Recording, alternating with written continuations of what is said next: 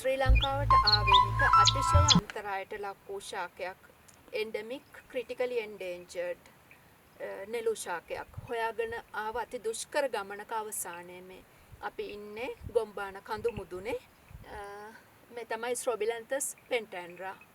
ස්ට්‍රොබිලන්තස් පෙන්ටැන්ඩ්‍රා නිදර්ශකයේ ඉස්සෙල්ලම එකතු කරන්නේ 1978 ලෙබනන් එස්ටේට් එකෙන්. මේ අලුත් තැනක්. අලුත් රෙකෝඩ් එකක්. ඊට පස්සේ මේ නෙළු ශාකය, නෙළු විශේෂය අලුත් විශේෂයක් විදිහට ලෝකයට හඳුන්වා දෙන්නේ 1995 දී ජේ.ආර්.ආයි වුඩ් විසින්. ඉතින් මේ නෙළු විශේෂය හොයාගන්න අපිට සම්පූර්ණ ගෞරවය හිමිවන්නේ පෙරදෙණිය විශ්වවිද්‍යාලයේ වෛද්‍ය පීඨයේ 4 වෙනි වසරේ ඉගෙනුම ලබන මේ ඉඳුර මල්ලි නිසා තමයි. මල්ලි කියන්නකො කොහොමද හොයාගත්තේ කියලා මේක. අපි යාළුවෝ ටිකක් එක්ක විනෝද චාරිකාවක් කෙනෙකුට තමයි මේ ශාකය දැක්කේ.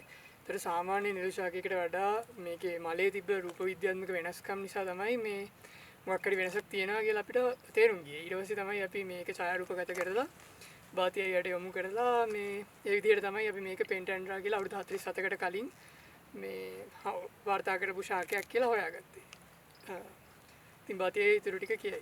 ඔව් ඉන්දුවර කියපු දෙයට මම තව දෙයක් එකතු කරන්නම්. එතකොට අපි 2023 වසරේ මේ ආචාර්ය නිලන්ති නුවන් ජයවර්ධන ඊට පස්සේ මම හිමේෂ් ජයසිංහ යන 4 දෙනා විස්තර කරපු ශ්‍රීපාදයෙන් හම්බෙච්ච ස්ට්‍රොබිලන්තස් ශ්‍රීපාදෙන්සිස් කියන ශාකයේ මලත් මේ වගේමයි. එතකොට ඉන්දුවර මල්ලි මගේ මුලින්ම ඇහුවේ අයියේ මේක ශ්‍රීපාදෙන්සිස්ද කියලා. එතකොට ඒ අහපු ගමන්ම මන් දුන්න උත්තරේ තමයි ඕක කොහෙන්ද කියලා. එතකොට නකල්ස් පැත්තෙන් කියවහම මට පොඩි සැකයක් තිබ්බා. මොකද මේ ස්ට්‍රොබිලන්තස් පෙන්ටැන්ඩ්‍රා කියන ශාකයේ මුලින්ම හම්බෙලා තියෙන්නේ ලෙබනන් වත්ත ආශ්‍රිතව.